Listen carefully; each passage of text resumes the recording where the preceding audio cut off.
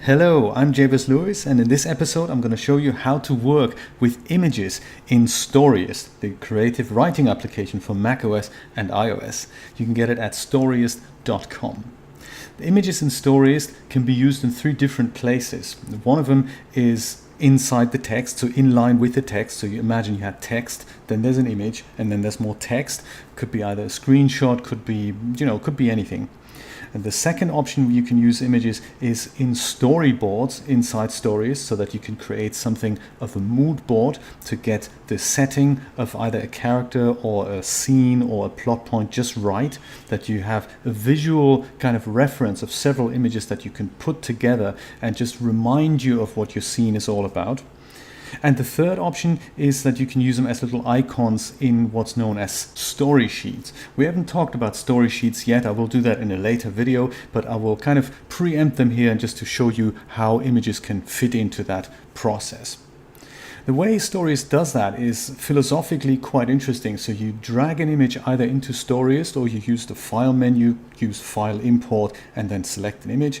And then what Storyist will do is it'll create a copy, a local copy inside the Storyist document, so that you can delete the original image from your hard drive, wherever that was, either in the downloads folder or somewhere on a connected USB stick or whatever. As soon as you drag it into Storyist, Storyist makes a copy of that, so you can get rid of the original if you want. That makes it very handy, so it doesn't reference an image somewhere else. It always keeps a local copy around. That's very cool.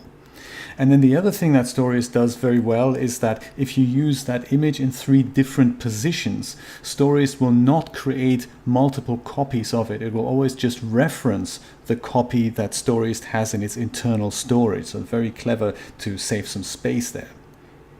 Philosophically also, Storyist does something that other text processing applications do not do. So if I'm thinking of Word and Pages and their peers, they have a lot of options attached to images, and that makes working with images a lot more complicated than it really needs to be for most occasions. So I remember when I wrote my first book in Word that contained a lot of screenshots. I was explaining how to set up a lamp stack on a Linux laptop.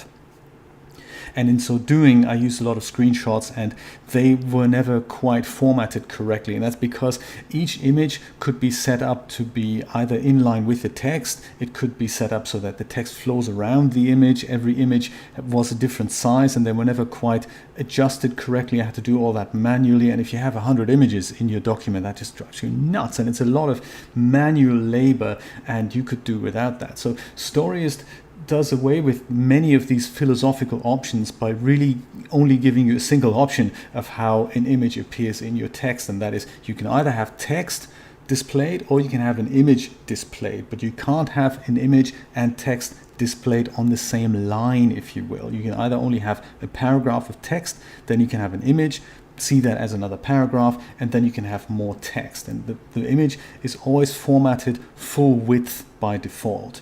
You can align it, you can change the size of the image, but it'll always be aligned as if it was a text document. And nothing else. That is the only thing that Storyist does, and it does that very well. For me as a tech writer, that's fantastic because I don't have to worry about that.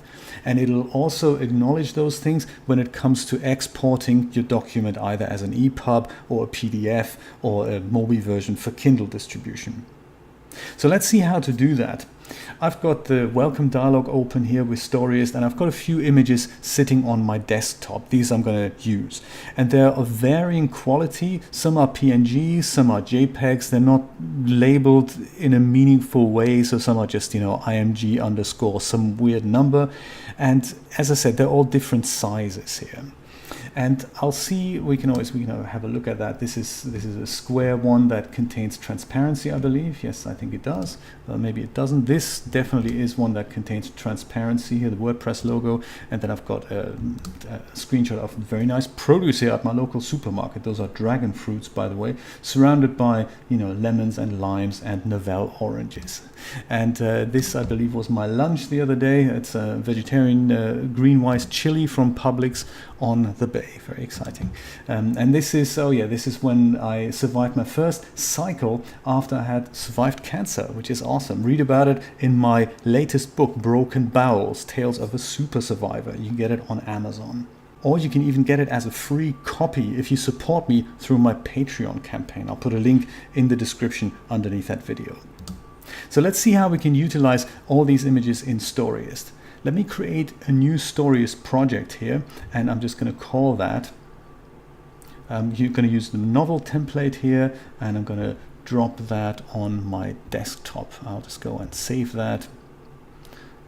Nowhere particular, just on my desktop. Images test, I'll call it. And I'll spell it correctly as well. There we go. So it contains some dummy text already, and I'm going to refer to that going forward. That's kind of nice. We've got several chapters here, and we've got characters and settings. We're going to worry about that later. So I'm going to delete these things for now, but we have one images folder with a description about the images folder already. I'm also going to delete that description, by the way, so that we get and I'm going to delete the title page and about this template as well, so that we're just literally just left with the manuscript and a couple of chapters here.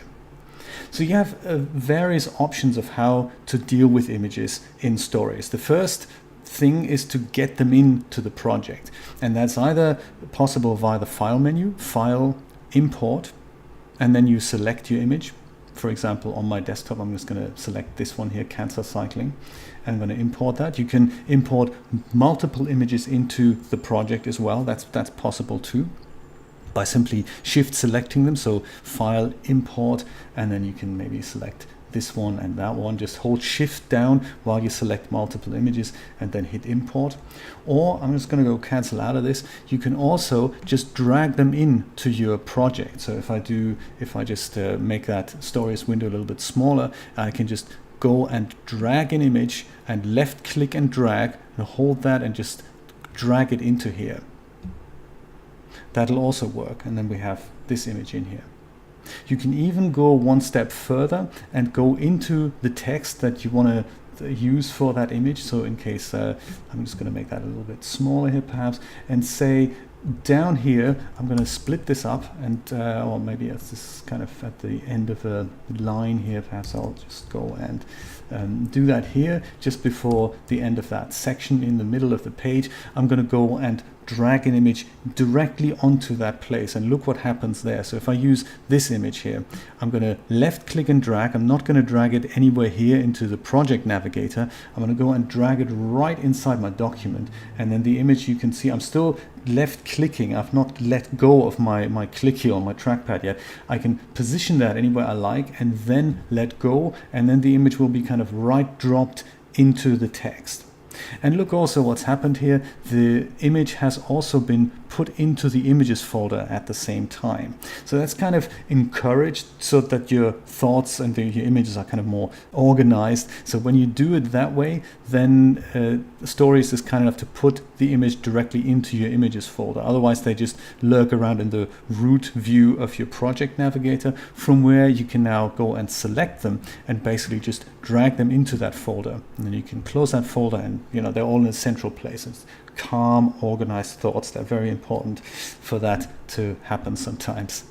So let me go back into my text here and show you what that image looks like. It's now here, and no matter what the original size of the image was, Storyist will try its best to make it kind of full width if the size of the image allows that. You can change the size. You can make it a bit smaller if you like, and you can make it larger as well. But when you make it too large, then, well, it may first of all snap onto the next page, but it will also, you see that on the right hand side here, cut off the image. So Storyist will try its best to make it as big as possible, but if you make it too big, then things may get cut off. So that's why when you import an image straight into the text, it'll retain its width as full width, but it'll just automatically match the height. And then if you make it bigger, then things may get cut off.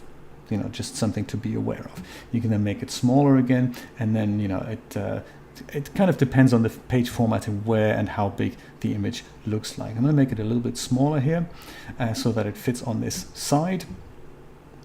And now you can see that it's kind of left aligned with the paragraph indent here. And it also retains a bit of space above and below the image, which is kind of great.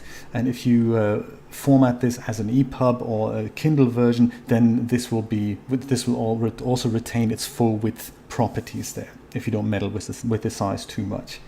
But there's no other kind of text flowing around options here. Storyist doesn't have that, and that makes my personal life a lot easier here.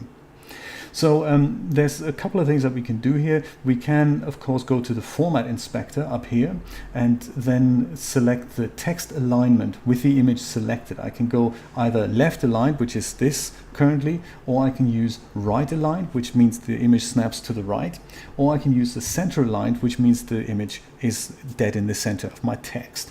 And that's kind of what you want, no matter how you then format the text going forward. So if you have an image already imported into Storyist and you want to use that, for example, after this section closes, just add a couple of empty lines here, head over to your images folder and drag that thing in. Well, I'm making use this one. So left click and drag and just go and pop that in here. And then Storyist once again has formatted this so that it fits the full width of the image and automatically matches the height. And then once again, you can either do that center, right aligned, or left aligned, depending what floats your boat. If you do it center aligned, you probably can make it a little bit larger before Storyist starts cutting things off there. You can see that on the right hand side, it always does that if you make it too big. So that's how you deal with images inside text. But images can also be used in two other ways there in Storyist. And let me show you that now. In fact, let me drag this image into here as well, into the images folder, and that one as well. I'm just going to drag that in, and then I'm going to go and make that full width again. Oh no, actually I won't make that full width again. I will now go and delete all these images from my desktop. I'm just going to go and move them to the trash. Whoa. But as you can see, these images are still in Storyist. It's kind of, proof of concept there that even though I got rid of my source image, the image is still in my Storyist document, so they're still safe. That's kind of cool. And of course, should you say, actually, I don't need this, and you go and delete that image either by just clicking on it and hitting the backspace key, you always have it in the project trash. Don't forget that. So if you remove that and you say, hey, actually, I didn't mean to do that, you can say, show the project trash, and there is your image here somewhere. There we go. And then you can go and bring that back just by sliding it back up there. Just thought I'd mention that. I've made a whole video about the project trash. It's one of those things. It's if it's hidden, it's easy to forget that it's even there. So it's nice to know that we have it. So that's images inside your manuscript, inside the text. The second place in which you can use an image is in the storyboard view. And that is, if you remember, if we have a section here, this is the start writing section, we can go, this is the outline view here. This is kind of, first of all, what we're looking at right now, this is kind of the manuscript view, I guess, the view as text. The second little thing here is view as outline. And then the third thing is view as storyboard. And that's where you can also use images. So in your outline view, you can't use images. If you try and drag one in here, it doesn't really work, nothing happens. But if you head over to the storyboard view of the start writing section, this is now something where you can use images, and this is good to create something of a mood board. So if you have a section and you have a specific idea for the section, you would go and double click into here and put some ideas down on paper as to what this section is supposed to be all about. So make some notes, type notes as to what this section is supposed to be about. But sometimes to get your creativity flowing and also to get a visual idea of what this section is all about, you can drag images into here as well. So just left click and drag and dump them here, and just drop as many images in here as you want. And then again, you can click on this and make it a bit bigger. If you want one image to be bigger than another, that's also possible. You can do that. And also you can make this whole mood board bigger or smaller with this little slider at the bottom to kind of match it to your screen size. So you can put as many images in there as you like. So perhaps, Well, that's not what I meant to do. Perhaps put one image in and make one image much, much bigger than all the other images. You can do that as well.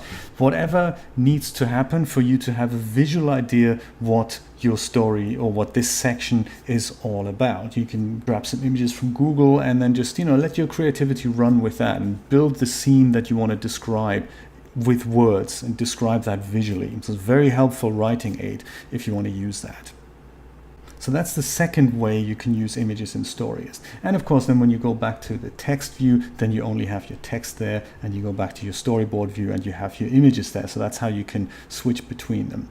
And like I showed you in a previous video, you can have this view next to your writing view, and then you can have both these things side by side and write the text in one window and then look at the images on the other side. So that's a great way of having both of these things displayed at the same time. Your written notes, your images in one section, and then type in the other window. Very good way of writing and very good way of sticking to what you actually want to write about. So that's the second way to use images. The third way is story sheets. And we haven't spoken about story sheets, but in essence, you click on this little plus icon here and say, instead of new text file, you say new story sheet. And we're going to talk about that in a later video. But for now, I'm just going to use a character or maybe a scene sheet here. I'm going to say choose, and that will create a new document, and I'll say test scene here. That creates it there, and you can see it has this little different kind of icon, kind of a clapper icon there for screenwriters. Scene sheets also have the storyboard view, which is why you can only see index card right now, and we can use the same principle as what I've just shown you. You can drag images into here, and then you can create a scene description with images here, so again as a mood board if you like. But the other view that you can use for scene sheets is of course this view here, which is the text view, and if you do that, then you can see what this scene is all about. You can give it a synopsis, you can give it some details and so forth, and you can also see that this is got a little icon attached in the top right corner there, and that's where you can also use images. So I can now drag an image and can't drop it anywhere here, but I can drop it where this little blue box appears on the top right here, and if I drop that image here, then I've got it here. So that's kind of cool to outline, to just get a little icon of your scene that you're describing. So perhaps if this is a coffee shop scene, perhaps you have a little picture of a coffee shop there, so that visually reminds you, oh yeah, that's where we are right now, and that's what the scene is all about. Just a little visual indication there. It's like, branding is everything, isn't it? It's one of those things. You can also, if I were to create a scene sheet about a character, or a story sheet about a character, let's say character, there we go. And I'm going to call my character Dave Lee, like my good friend Dave Lee. He makes an appearance even here. How exciting is that? As soon as I hit return, that changes here as well as there. And perhaps I want to have a little icon of what Dave Lee looks like. So I could use this picture, which is my cancer cycling picture, which is of course much too large, and this is not really what I want to focus on. So my character is perhaps this guy in the background here. He's super tiny at the moment, so right now this image might not mean anything to me. So that's where we can use a little built-in option in Storyist, that is by just double clicking on this, I get this little dialog here, and that's very exciting stuff because I can now zoom in to the picture. And I can also not just zoom in, I can also move the picture by just literally left clicking and dragging and finding the section that I want to focus on. So perhaps, I can focus on this lady, or I can focus on the valet parking, which was $7 on that day. Ooh, one of those things. Or I can focus on this guy. Let's focus on this guy. And zoom out and say this is Dave Lee, or this is how I like to visualize Dave Lee. This is something that you can do. You can hit done, and then you've got a zoomed in version of that character. So if you have a group photo and you have 5 interesting characters you want to write about, that's the way to do it. It's kind of interesting. And I'll show you one other trick while I'm doing it. You can double click in here and you can say you can switch to the camera. So this is now the built-in camera in my 27-inch Thunderbolt display here, and I can actually look into this and go 3, 2, 1. I'm getting a countdown. There we go. And then I can say done, and then that's the picture that'll be used. So you can do that as well. You can even use your webcam. I believe you can even import things from other sources around your network there. So that's how you can use images in Storyist, and I find that's a great writing help either for tech articles inside your manuscript or inside story sheets or inside mood boards here. Don't forget you can also do that here. Oh yes, by the way, when you do that, when you crop an image, Storyist will create a cropped version of that, so it doesn't touch the original image. That you've now got two images. So you've got this one that I've just taken with my webcam here, and you've got this one which was the large image, and Storyist has now made that into a different image there. Speaking of just one thing about images, you don't have to put them in the images folder. It's just, good practice to do that and to kind of calm and organize your thoughts here. Like with many things, you can put everything in folders here on the left hand side. One thing, speaking of organizing things, you can rename images inside here. So if you think, well, image.tiff doesn't mean much to me, perhaps we can just click on this once until this change dialog comes up, and then you can say Dave Lee close up if you want to do that. Close up there. Or in this case, I can say me on webcam. There we go. You can do that as well. And that's just there so that you know what image is what. Without looking at them, you go, oh, that's perfect, that's exactly what I want. So like in this case, IMG 6334, it doesn't mean anything to me. That's just my wife's avatar who's saying, oh, really, because that's kind of a catchphrase we use. So I can say Julia's avatar, or Orly. There we go. Or whatever you want to do. This is called dragon fruit. I guess you get the picture. That's how you use images in Storyist. Join me for other videos in this series. You can catch these as audio feeds on my Storyist podcast if you like. I have several podcast feeds, but there's one specifically for Storyist, so you can listen to that in your car or while you're on your bike or while you're out walking. It's very nice to get concepts reinforced and then have a better writing experience with Storyist. If you like this video, then of course please share it with friends, family, and total strangers, and don't forget to subscribe to my YouTube channel. I will see you next time. Take care and happy writing. Bye bye.